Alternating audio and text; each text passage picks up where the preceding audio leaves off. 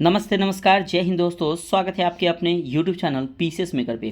तो देखिए फ्रेंड्स, ज्ञान बिंदु जीएस एकेडमी का हम लोग डेली टेस्ट जो प्रोवाइड कर रहे थे फ्रेंड्स, उसको आगे कंटिन्यू करते हैं। और देखिए फ्रेंड्स, ये जो आपका टेस्ट नंबर है वो टेस्ट नंबर कितना है फ्रेंड्स? तो ये टेस्ट नंबर आपका 18 है, तो ये ध्यान रखिएगा। देखिए फ्रेंड्स, जो भी अगर आपका टेस्ट इससे पहले 15, 16, 17 जो भी 17, 18 होगा तो उसको आप लोग देखिएगा फ्रेंड्स। और सबसे इंपॉर्टेंट पॉइंट देखिए फ्रेंड्स, ये आपका डेट देखिएगा, ये 4 अप्रैल दिखाई दे रहा है फ्रेंड्स, 4 अप्रैल 2024 का है ये।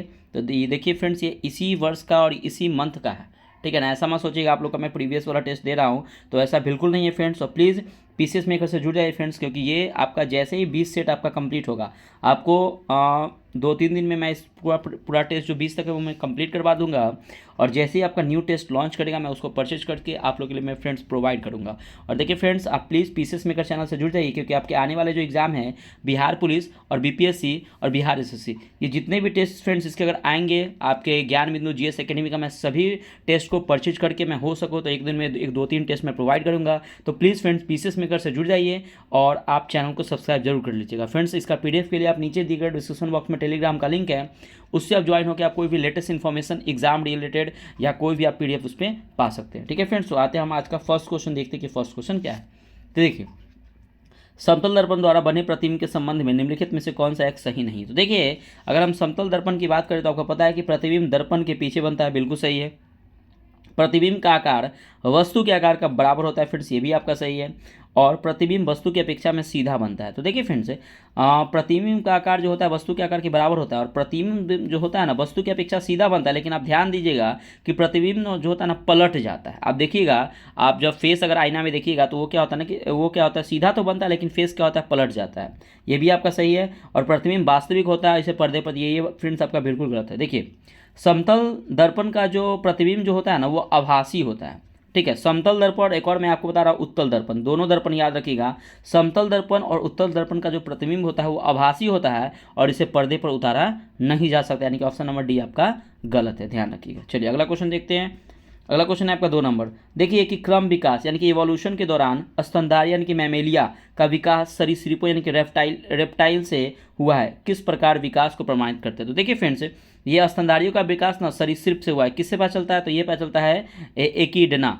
एकिडना एक योजक कड़ी है जो स्तनधारियों का विकास ना सरीसृप से हुआ है, तो एकिडना याद रखिएगा। देखिए ऑप्शन में ए में है आपका प्रोटेपैट्रस, याद रखिए प्रोटेपैट्रस जो है ये किसकी योजक कड़ी है? तो याद रखिएगा, मछली का जो योजक मतलब मछली का जो है वो विकास वो उभयचर से हुआ है।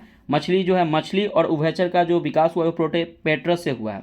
तो ये आपका योजक कड़ी कौन हो गया? तो प्रोटेपैट्रस। तो याद रखिए, मछली और उभयचर का विकास किससे हुआ है? तो प्रोटेपैट्रस से हुआ है। और एक और बात याद रखिएगा कि प्रोटेपैट्रस जो है एक प्रकार का ना फेफड़े वाली मछली है। याद रखिए, आप लोग नहीं सुने होंगे, फर्स्ट टाइम सुन रहे होंगे फेफड़े वाली मछली, जो हमारे भारत में नहीं पाया था, ये अफ्रीका देश में पाया था। फेफड़े वाली मछली क्या बोले मैंने? प्रोटेपैट्रस। अब देखिए पेरिपेटस है, आपको देख रहा होगा, तो एनिलिडा और ऑर्थोपोडा का जो योजक कड़ी कौन है? तो पेरिपेटस है। याद रखिएगा, एनालिडा और ऑर्थोपोडा का योजक कड़ी कौन है? तो पेरिपेटस है।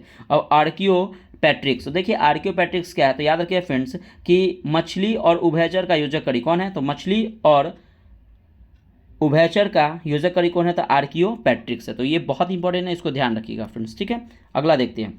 अगला आपका 3 नंबर क्वेश्चन है कि निम्नलिखित कथनों पर विचार कीजिए। सबसे पहला कथन है आपका कि प्रकाश संश्लेषण की संपूर्ण क्रियाविधि कोशिका के भीतर क्लोरोप्लास्ट में संपन्न होती है फ्रेंड्स। तो ये बिल्कुल क्या होती है? क्लोरोप्लास्ट में क्या होती है कि सही संपन्न होती है। और श्वसन की संपूर्ण क्रियाविधि कोशिका के भीतर माइटोकॉन्ड्रिया में संपन्न होती है। देखिए फ्रेंड्स, ये संपूर्ण क्रियाविधि मतलब पूरा बोल रहा है, पूरा क्रियाविधि नहीं होती है माइटोकॉन्ड्रिया में। हाँ, अधिकांश क्रियाविधि जो होती है ना कोशिका के भीतर संपन्न माइटोकॉन्ड्रिया में होती है। तो आपका 2 जो है आपका फ्रेंड्स गलत है, ठीक है। और एक और फ्रेंड्स याद रखिएगा, एक क्वेश्चन यहाँ पे बनता है कि लाइट रिएक्शन कहाँ होता है? तो लाइट रिएक्शन ग्रेना में होता है। लाइट रिएक्शन ग्रेना में होता है। और डार्क रिएक्शन जो होता है वो स्ट्रोमा में होता है। स्ट्रोमा में डार्क रिएक्शन कहाँ होता है फ्रेंड्स? तो स्ट्रोमा में होता है, ये ध्यान रखिएगा। और ग्लाइकोलाइसिस की क्रिया जो होती है ना कोशिका द्रव में होती है। और क्रेब्स साइकिल जो होता है वो माइटोकॉन्ड्रिया में होता है। याद रखिएगा, ग्लाइकोलाइसिस की क्रिया एग्जाम में क्वेश्चन पूछे हुए कि ग्लाइकोलाइसिस की क्रिया कहाँ होती है? तो कोशिका द्रव में होती है। और क्रेब्स साइकिल कहाँ होता है? तो ये माइटोकॉन्ड्रिया में होता है। यानी कि केवल आपका एक यहाँ पे सही है, ऑप्शन नंबर ए। अगला आपका 4 नंबर कि मानव रक्त ब्लड के संबंध में निम्न से कौन सा एक सही नहीं है। तो अगर हम बात करते हैं ब्लड के बारे में तो आपको पता है कि मानव रक्त का जो ब्लड का पीएच मान कितना होता है फ्रेंड्स, ये होता है 7.4 होता है, ये आपको पता होना चाहिए। अब देखिए इसके बारे में देखते हैं कि रक्त हल्का क्षारीय कोलाइड सदृश्य विलयन है जिसमें जल की मात्रा सर्वाधिक होती है। बिल्कुल फ्रेंड्स आपका सही है कि रक्त जो होता है आपका क्षारीय होता है, क्योंकि 7 से अगर ऊपर आते तो क्षारीय होता है, 7 से कम आते तो नीचे आते तो वो क्या होता है, अम्लीय होता है। तो ये आपका बिल्कुल सही है। ऑप्शन बी देखते हैं कि रक्त एक तरल संयोजी उत्तक है। बिल्कुल फ्रेंड्स सही है कि रक्त और लासिका, याद रखिएगा लासिका, रक्त और लासिका जो है आपका क्या होता है, एक तरल संयोजी उत्तक होता है। नेक्स्ट है आपका 3rd नंबर की रक्त मानव शरीर में विभिन्न प्रकार के पोषक पदार्थों तथा हार्मोन को शरीर के विभिन्न हिस्सों में पहुंचाते हैं। तो ये भी फ्रेंड्स आपका क्या करते हैं, बिल्कुल सही है। और रक्त के माध्यम गैसों का परिवहन नहीं होता है, बिल्कुल आपका गलत है फ्रेंड्स। देखिए रक्त के माध्यम से गैसों का आदान प्रदान होता है, ठीक है ना। तो ऑप्शन नंबर डी आपका क्या है फ्रेंड्स, तो ये सही नहीं है। और आपको पता है कि रक्त का जो मुख्य काम क्या है, शरीर के तापमान को नियंत्रण करना। तो यानी कि ऑप्शन नंबर डी आपका गलत हो जाएगा। अगला क्वेश्चन है 5 नंबर कि निम्नलिखित कथनों पर विचार कीजिए। तो जाइलम उत्तकों के द्वारा जल एवं घुलित लवणों का परिवहन एक दिशीय होता है। तो ये आपका बिल्कुल सही है। और आपको पता है कि जाइलम जो होता है एक दिशीय होता है, फ्लोएम जो होता है द्विदिशीय होता है। और फ्लोएम उत्तकों के द्वारा खाद्य पदार्थों का परिवहन द्विदिशीय होता है। तो ये भी सही है, यानी कि ऑप्शन नंबर सी 1 और 2 दोनों आपका सही है। अगला क्वेश्चन है आपका 6 नंबर की निम्नलिखित में से कौन सा एक रासायनिक परिवर्तन नहीं है। तो देखिए पौधे में वृद्धि होना फ्रेंड्स ये आपका रासायनिक परिवर्तन है। पेड़ों का काटना फ्रेंड्स ये भी आपका रासायनिक परिवर्तन है। विद्युत धारा प्रवाहित करके जल का हाइड्रोजन और ऑक्सीजन में अपघटन करना ये भी है। लेकिन विद्युत धारा प्रवाहित करके बल्ब को जलाना ये आपका रासायनिक परिवर्तन नहीं है, ये आपका फ्रेंड्स भौतिक परिवर्तन है। 7 नंबर क्वेश्चन है कि 1.6 ग्राम ऑक्सीजन में परमाणुओं की संख्या कितनी होती है। तो देखिए फ्रेंड्स 1 मोल बराबर आपको पता है कि 6.022 × 10⁻23 होता है। लेकिन 1.6 ग्राम ऑक्सीजन में परमाणुओं की संख्या होती है 6.022 × 10⁻22 होता है। अगला क्वेश्चन है फ्रेंड्स आपका 8 नंबर क्वेश्चन देखिएगा कि एक ध्वनि स्रोत की आवृत्ति 10 किलोहर्ट्ज है और इसके द्वारा पानी में और हवा में उत्पन्न ध्वनि तरंगों की आवृत्तियां होगी। तो देखिए ध्वनि तरंगों की आवृत्ति क्या होगी, तो वही होगा जो ध्वनि स्रोत की होगी। तो ऑप्शन नंबर डी आपका सही हो जाएगा। अगला आपका 9 नंबर की निम्नलिखित में से कौन सा प्राथमिक प्रदूषक की श्रेणी में नहीं आती है। तो देखिए प्राथमिक प्रदूषक की श्रेणी में कौन आता है, तो कार्बन डाइऑक्साइड आता है, कार्बन मोनोऑक्साइड आता है, DDT आता है और सल्फर डाइऑक्साइड आता है। लेकिन आपका नाइट्रोजन ऑक्साइड ये कार्बन प्राथमिक प्रदूषक की श्रेणी में नहीं आता है। अगला 10 नंबर की 100 kg के पिंड को पृथ्वी से पलायन कराने हेतु कितनी ऊर्जा की आवश्यकता होगी। तो देखिए फ्रेंड्स इसका जो राइट आंसर हो जाएगा ऑप्शन नंबर बी हो जाएगा 6.4 × 10⁻9 जूल होगी। अगला 11 नंबर क्वेश्चन की 6 तथा 2 डायोप्टर क्षमता के 2 लेंस सटा कर रखे गए हैं, इस लेंस निकाय की फोकस दूरी कितनी होगी। तो देखिए इसकी जो फोकस दूरी होगी फ्रेंड्स वो कितनी होगी, तो इसकी फोकस दूरी होगी 0. याद रखिएगा मैं इसको सॉल्व 0.25 मीटर होगी इसकी फोकस दूरी। अगला क्वेश्चन है फ्रेंड्स आपका 12 नंबर देखिएगा कि पादप हार्मोन एब्सिसिक अम्ल निम्न में से किस हार्मोन के विरोधी स्वरूप कार्य करते हैं। तो देखिए फ्रेंड्स इसका जो राइट आंसर हो जाएगा ना option number A, B, C यानी कि इनमें से सभी हो जाएंगे। यानी कि ऑक्सीन हो जाएगा, जिब्रेलिन हो जाएगा और साइटोकाइनिन हो जाएगा। और एक और याद रखिएगा इथिलीन का भी विरोध करता है ये, ठीक है ना। और देखिए इथिलीन का ये क्या करता है ना, ये विरोध करता है। तो right answer option number D हो जाएगा इनमें से सभी, तो याद रखिएगा, ठीक है। अब देखिए फ्रेंड्स अगर अब बात करते हैं अगला 30 नंबर क्वेश्चन की, तो निम्नलिखित कथनों पर विचार कीजिए। तो देखिए सबसे पहले अगर हम बात करते हैं निम्नलिखित कथन की, तो सबसे पहले है कि किसी भी स्रोत से प्राप्त शुद्ध जल में द्रव्यमान के विचार से हाइड्रोजन और ऑक्सीजन का अनुपात हमेशा क्या होता है, तो 1 अनुपात फ्रेंड्स यहाँ पे अनुपात है तो 1:8 होता है, ये बिल्कुल सही है। दूसरा है क्या अभिकारक और प्रतिफल उत्पाद का द्रव्यमान रासायनिक परिवर्तन में हमेशा क्या होता है फ्रेंड्स, ये स्थिर होता है। तो ये भी आपका सही, यानी कि ऑप्शन नंबर हो जाएगा C 1, 2 और दोनों आपका सही हो जाएगा। अगला क्वेश्चन है आपका 40 नंबर कि किसी सामान्य स्वस्थ युवा व्यक्ति की दृष्टि की समांजन क्षमता कितनी होती है, तो ये 4 डायोप्टर होती है, यानी कि ऑप्शन नंबर डी हो जाएगा सही।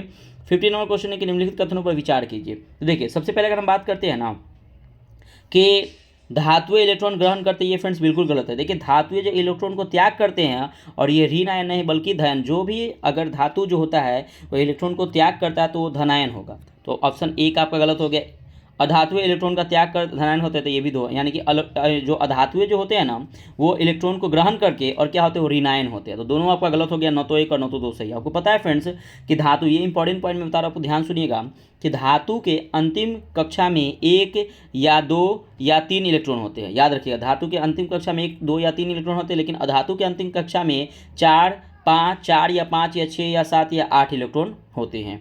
अगला क्वेश्चन देखिएगा, नेक्स्ट क्वेश्चन है आपका फ्रेंड्स 16 नंबर क्वेश्चन है कि निम्नलिखित में से कौन सा विद्युत धारा के रासायनिक प्रभाव को प्रदर्शित करता है।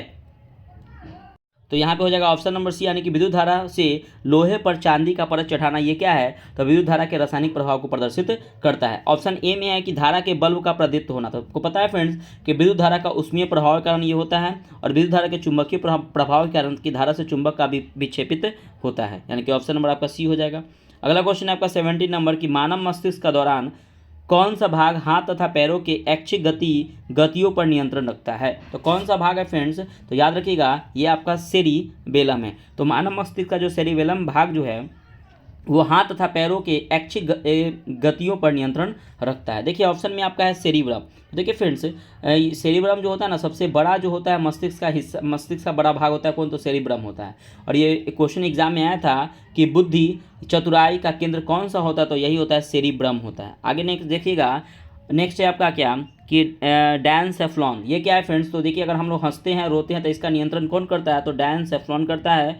और मस्तिष्क स्टेम ये श्वसन क्रिया को नियंत्रित करता है कौन, तो मस्तिष्क स्टेम करता है। तो ऑप्शन नंबर आपका सी आपका गलत हो जाए, सही हो जाएगा। ठीक है, अगला आपका 18 नंबर की हेमाटाइट यानी कि Fe2O3 अयस्क में लोहे के निष्कर्षण में प्रयुक्त वात्य भट्टी के किस भाग का तापमान सर्वाधिक होता है। तो देखिए जब अयस्क के लोहे के निष्कर्षण में होता है ना ताप्य भट्टी जो होता है उसका निचला भाग सबसे ज़्यादा क्या होता है ना कि सबसे ज़्यादा तापमान देता है। कितना, तो याद रखिएगा 2200 कैलोरी, 2200 क्या हो जाएगा कैलोरी हो जाएगा। और सबसे कम कहाँ देगा, तो ऊपरी भाग में कितना कैलोरी होगा फ्रेंड्स, तो 573 कैलोरी देता है। ठीक है, तो ऑप्शन नंबर यहाँ पे हो जाएगा ए। अगला क्वेश्चन है 90 नंबर की बाह्य कर्ण यानी कि एक्सटर्नल ईयर की उपस्थिति किस वर्ग की विशेष पहचान है। तो देखिए फ्रेंड्स जो स्तनधारी होते हैं ना, स्तनधारी जो उसमें होते हैं उसमें बाह्य कान यानी कि बाहर कान होते हैं। एक्सेप्शन में दो को याद रखिएगा, डॉल्फिन का और आपका वेल का। इसके पास बाह्य कर्ण नहीं होते लेकिन ये फिर भी स्तनधारी होते हैं। तो ऑप्शन नंबर ए हो जाएगा स्तनधारी।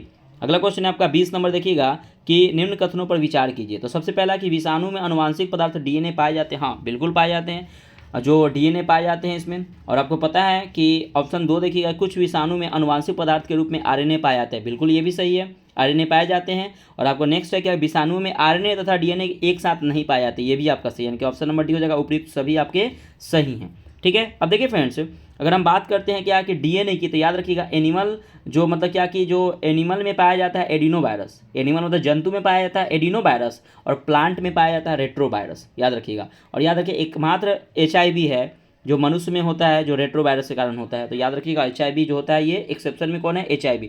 रेट्रो वायरस प्लांट में पाया जाता है और एडिनो वायरस एनिमल में पाया जाता है, लेकिन याद रखिएगा HIV एक्सेप्शन में है।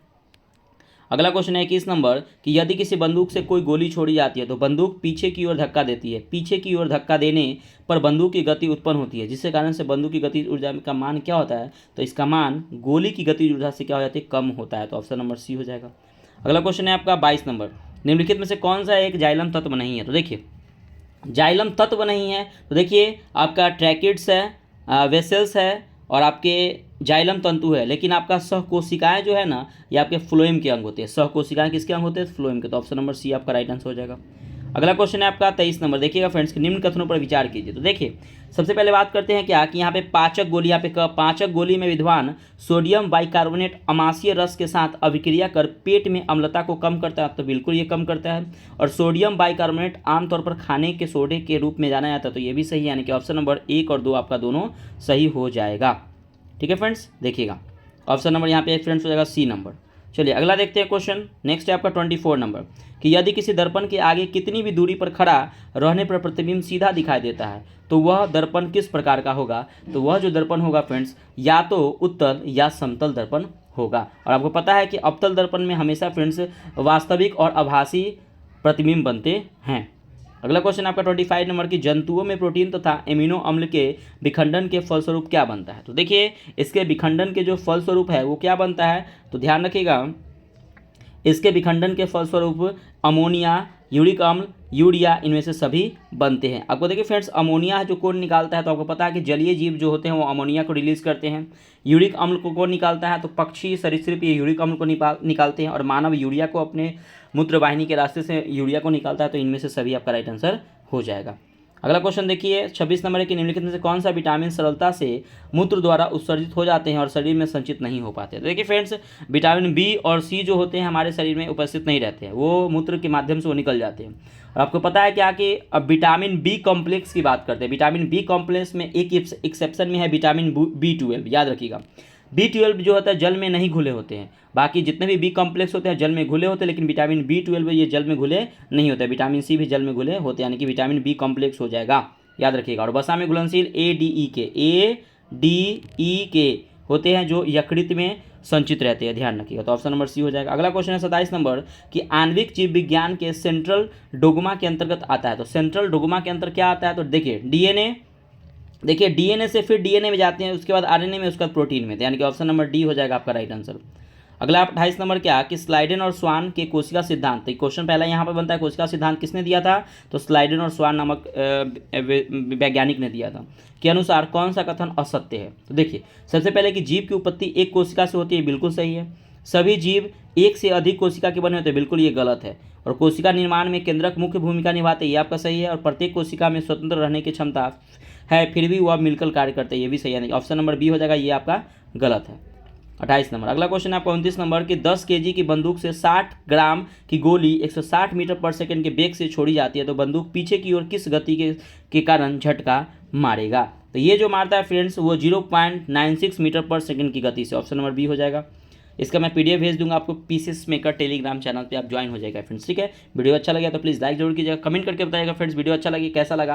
और देखिए फ्रेंड्स, ये जितने भी सेट है प्लीज़ आप इसे पूरा रिवीजन कर जाइए, 1 से लेकर आपका 17 तक अपलोड कर दिए हैं फ्रेंड्स, तो प्लीज़ आप इसे जाके देख लीजिए फ्रेंड्स। हो सके तो आप इसको 2-3 बार रिवीजन कर लीजिए, और जैसे ही आपका नया सेट आएगा, देखिए बार बार 10 किताब पढ़ने से अच्छा है कि एक ही चीज़ को बार बार पढ़े, ताकि आपको ऑथेंटिक नॉलेज अच्छे तरीके से हो सके। तो प्लीज़ आप एक बार फिर से इसको वीडियो को रिपीट मोड में डाल सकते हैं, वीडियो को देखिए, आपको देखने से बहुत आपको फ़ायदा मिलेगा। एक बार विश्वास करके देखिए फ्रेंड्स, मैं आपको विश्वास दिलाता हूँ कि बहुत सारे नई चीज़ आपको सीखने को मिलेंगे, ठीक है। तो ये ध्यान रखिएगा। तो देखते हैं 39 क्वेश्चन की पोटेशियम परमैंगनेट की रवा गहरा बैंगनी रंग का होता है, और इसे जब जल में विलय करते हैं तो विलयन का रंग होता है। तो देखिए इसका विलयन का रंग क्या होगा, तो इसके विलयन का रंग जो होता है वो कौन सा रंग का होता है, तो ये गुलाबी रंग का होता है। ये पोटेशियम परमैंगनेट का एक फॉर्मूला होता है KMnO4, इसका फॉर्मूला होता है, ध्यान रखिएगा। अगला 31 नंबर की किसी वस्तु के जड़त्व का मापन होता है। तो देखिए किसी भी वस्तु के जड़त्व का मापन होता है वस्तु के द्रव्यमान से।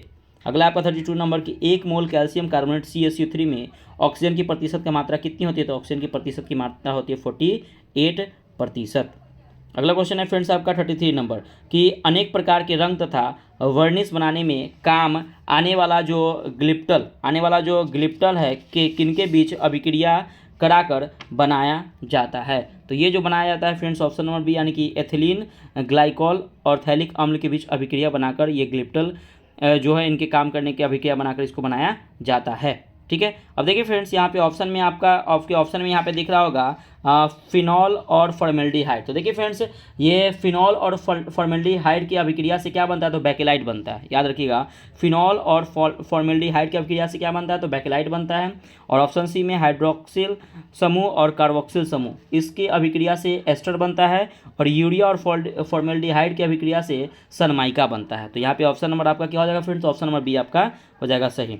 अगला 34 नंबर क्या है कि निम्नलिखित में से किस वाक ध्वनि की आवृत्ति न्यूनतम होने की संभावना होती है। देखिए फ्रेंड्स अगर हम अगर बात करते हैं वाक ध्वनि की, तो आपको पता है कि सबसे ज़्यादा आवृत्ति जो होती है महिलाओं की ध्वनि में होती है, और सबसे कम किस में होती है, तो पुरुषों की, क्योंकि पुरुषों की आवृत्ति कम होती है। अगला क्वेश्चन है आपका 35 नंबर कि निम्नलिखित कथनों पर विचार कीजिए। मानव जीवन में घर्षण से जहां फायदे हैं वहां इससे नुकसान भी है, बिल्कुल आपका सही है। और सर्पी तथा लोटनिक घर्षण का मान सीमांत घर्षण से कम होता है, तो ये भी आपका सही, यानी कि ऑप्शन नंबर सी हो जाएगा। 1 और 2 दोनों आपके सही हैं। अगला 36 नंबर की किसी विस्तृत अवरोध से 120 मीटर दूर ध्वनि उत्पन्न होती है तथा 3/5 सेकेंड पश्चात प्रतिध्वनि सुनाई देती है, तो ध्वनि की चाल क्या होगी, तो ध्वनि की जो चाल होगी फ्रेंड्स वो 400 मीटर पर सेकेंड हो जाएगी। अगला क्वेश्चन है आपका 37 नंबर कि स्टेनलेस इस्पात की कढ़ाई में प्रायः कॉपर की तली लगाई जाती है, इसका कारण क्या हो सकता है? तो देखिए इसका कारण ये है फ्रेंड्स कि स्टेनलेस इस्पात की अपेक्षा तांबा उष्मा का अच्छा चालक होता है, इसीलिए। तो ऑप्शन नंबर सी आपका सही हो जाएगा। अगला 38 नंबर कि त्वचा पर होने वाला सफ़ेद दाग को विज्ञान के क्षेत्र में अन्य किस नाम से जाना जाता है? तो याद रखिएगा कि ल्यूकोडर्मा हो गया और विटिलिगो। तो ऑप्शन नंबर डी हो जाएगा, ए और बी दोनों।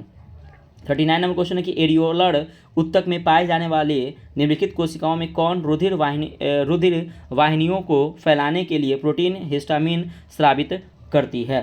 तो ऑप्शन नंबर हो जाएगा डी, यानी कि मास्ट कोशिकाएं। और याद रखिएगा एरियोलर ऊतक एक प्रकार का ये संयोजी ऊतक होता है। 14 नंबर क्वेश्चन है कि 160 ग्राम सोडियम हाइड्रोक्साइड में कितना मोल होगा? तो इसमें जो होते हैं फ्रेंड्स वो 4 मोल होते हैं। अगला है 41 नंबर की निम्नलिखित में से किसका पीएच मान न्यूनतम होता है? तो देखिए अगर हम बात करते हैं क्या कि यहाँ पे लार जो होता है इसका पीएच मान कितना होता है फ्रेंड्स? 6.2 से लेके 7.6 होता है। कहा जाता है ये क्षारीय होता है लार का। और दूध का पीएच मान कितना होता है? तो 6.6 होता है। अमाशय रस का पीएच मान 1.5 होता है और रक्त का पीएच मान 7.4 होता है। तो सबसे कम किसका होता है? अमाशय का। ऑप्शन नंबर यहाँ पे सी आपका सही हो जाएगा। अगला क्वेश्चन है आपका 42 नंबर कि क्लोरोफिल तथा हीमोग्लोबिन वर्णक है। तो ये किसके वर्णक है? तो यौगिक, यानी कि ये जटिल यौगिक के वर्णक है। तो ऑप्शन नंबर बी हो जाएगा, जटिल यौगिक। 43 नंबर क्वेश्चन है कि निम्नलिखित में से कौन सा खनिज लवण दलहनी पौधे के जड़ों में निर्मित होने वाले मूल ग्रंथि यानी कि रूट मॉडल्स हेतु आवश्यक है? तो कौन सा है फ्रेंड्स? ये सल्फर है, सल्फर। और कैल्शियम जो होते हैं तो कोशिका भित्ति के निर्माण के लिए कैल्शियम जरूरी होता है। अगला 44 नंबर की अक्रिय गैस ग्रुप 18 एलिमेंट्स जो होते हैं अक्रिय गैस होते हैं, निम्न से कौन सा गुण नहीं पाए जाते हैं? तो देखिए सबसे पहले अगर हम बात करते हैं क्या कि यह सभी एक परमाणुक होते हैं, ये बिल्कुल सही है। ये रंगहीन, गंधहीन तथा स्वादहीन होते हैं, ये भी आपका सही है। ये जल में अविलय होते हैं, ये भी सही है। इनके द्रव्यमान और क्वथनांक अति उच्च होते हैं, ये आपका गलत है, अति उच्च नहीं होते। तो ऑप्शन नंबर डी हो जाएगा राइट आंसर। अगला क्वेश्चन है 45 नंबर कि निम्नलिखित में से कौन सा एक सत्य नहीं है? तो सबसे पहले बात करें फ्रेंड्स कि टेंडन मांसपेशी को अस्थि से जोड़ता है, बिल्कुल सही। बहुत बार एग्जाम में क्वेश्चन आया है कि टेंडन जो होता है मांसपेशी को अस्थि से जोड़ता है, टेंडन मांसपेशी दूसरी मांसपेशी से जोड़ता है, ये भी सही है। और लिगामेंट अस्थि को अस्थि से जोड़ता है, ये बार एग्जाम में दोनों बहुत बार क्वेश्चन आ चुके थे, ये आपका तीनों सही है। लिगामेंट तथा टेंडन एक प्रकार का उपकला उत्तक है, तो बिल्कुल गलत है। उपकला उत्तक नहीं फ्रेंड्स, ये आपके संयोजी उत्तक होते हैं। तो यहाँ से क्वेश्चन आने की संभावना पूरी रहती है, बहुत इंपॉर्टेंट क्वेश्चन है ये। अगला 46 नंबर की रॉकेट में इस्तेमाल होने वाला क्रायोजेनिक इंजन में ईंधन के रूप में किसका इस्तेमाल किया जाता है? तो द्रव हाइड्रोजन और द्रव ऑक्सीजन का इस्तेमाल किया जाता है। ऑप्शन नंबर ए आपका सही हो जाएगा। 47 नंबर की मानव श्वसन में क्या छोड़ता है? देखिए फ्रेंड्स एक मानव श्वसन है और मानव सांस होता है, दोनों में अंतर होता है। देखिए मानव जो श्वसन में जो होता है ना कार्बन डाइऑक्साइड को छोड़ता है, लेकिन मानव जो सांस में जो होता है ना, सांस जब छोड़ता है तो गैसों का मिश्रण छोड़ता है। तो ऑप्शन नंबर यहाँ पे बी हो जाएगा, कार्बन डाइऑक्साइड। अगला 48 नंबर की अत्याधुनिक फोटोग्राफी में क्षण दीप्त यानी कि फ्लैश उत्पन्न करने में किसका प्रयोग किया जाता है? तो इसमें प्रयोग करते हैं जेनॉन का। ऑप्शन नंबर ए हो जाएगा जेनॉन।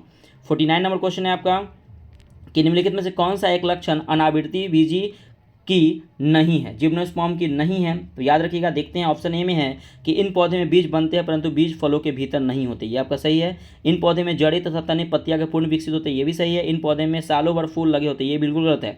इन पौधे में ना फूल लगते ही नहीं है और ये पौधे बहुवर्षीय होते हैं, बिल्कुल सही। तो ऑप्शन नंबर सी आपका गलत हो जाएगा। अगला 50 नंबर क्वेश्चन की 1 बिलियन एक पात्र बर्तन में रखा है, जब बिलियन को कांच के छड़ से चलाया जाता है तो बिलियन के रवे पृथक होने लगता है, यह बिलियन होगा। तो यह जो बिलियन होगा वो अति संतृप्त बिलियन होगा। तो ऑप्शन नंबर सी आपका सही होता है। तो देखिए फ्रेंड्स यहाँ पे आपका जो प्रैक्टिस सेट नंबर जो 17 था वो फ्रेंड्स यहाँ पे कंप्लीट होता है। तो देखिए फ्रेंड्स प्लीज़ वीडियो कैसा लगा कमेंट करके बताइएगा, क्योंकि फ्रेंड्स मैं आप लोगों के लिए डेली ये वीडियो प्रोवाइड करता हूँ और कोशिश करूँगा फ्रेंड्स कि 1 से लेकर 20 तक आपका पूरा मैं फ्रेंड्स ये मास्टर वीडियो अपलोड कर दूँ आपके पीसीएस मेकर यूट्यूब चैनल का। लगभग जो उसमें क्वेश्चन होंगे फ्रेंड्स वो आपको समझ सकते हैं कि 2000 एक 1500 के 1200 करीब में क्वेश्चन होंगे। तो प्लीज़ मैं उसको मैं अपलोड कर दूंगा, पीसीएस मेकर से जुड़ जाइए फ्रेंड्स। वीडियो कैसा लगा कमेंट करके बताइए। देखिए फ्रेंड्स आप लोग वीडियो नहीं करते हैं तो प्लीज़ फ्रेंड्स आप लोग को ये प्यार और सपोर्ट चाहिए, तो प्लीज़ आप लोग वीडियो को लाइक और चैनल को सब्सक्राइब जरूर कीजिएगा फ्रेंड्स। ठीक है, मिलते हैं नेक्स्ट वीडियो में। बाय बाय, जय हिंद दोस्तों।